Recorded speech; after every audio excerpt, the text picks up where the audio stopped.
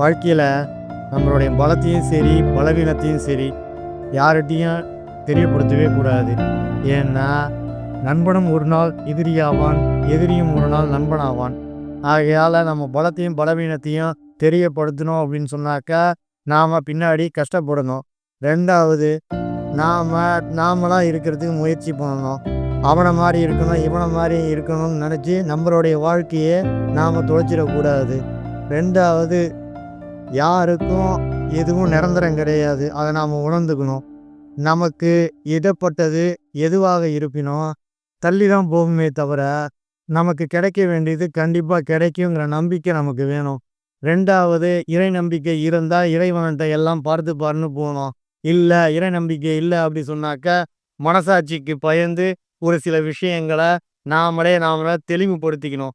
எந்த ஒரு விஷயத்தையும் ஆராய்ந்து முடிவு எடுக்கணும்.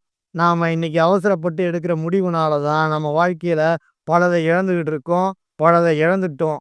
அதனால் நாம் எதா இருந்தாலும் சிந்திக்கணும். மனிதனுக்கு உண்டான அறிவே 6வது அறிவு சிந்தனை தான். அந்த சிந்தனையை கரெக்டாக செயல்படுத்தணும். நாம் இப்போ எல்லாம் என்ன பண்ணுறோம் அப்படின்னு கேட்டிங்கன்னா, அவனை மாதிரி இருக்கணும், இவனை மாதிரி இருக்கணும், அவனுக்கு கிடைச்சது நமக்கு கிடைக்கலையே அப்படிங்கிற ஒரு தேடலே ஓடிக்கிட்டு இருக்கோம். தேடலை நம்மள்ட்டேருந்து ஆரம்பிக்கணும். அப்போ தான் நாம் நம்மள வளர்ச்சிக்கு கொண்டு போவோம். அதை நாம் செய்கிறதே கிடையாது. அப்படி நாம் செஞ்சிட்டோம் அப்படின்னு சொன்னாக்கா நாம் வெற்றி பெற்றுக்கொண்டே இருக்கிறோம், இல்லை வெற்றி பெற முயற்சி செய்கிறோம் அப்படிங்கிற ஆறுதலாவது நமக்கு கிடைக்கும். ஆகையால் நாம நாமளா இருக்கணும். அதுதான் வேணும்.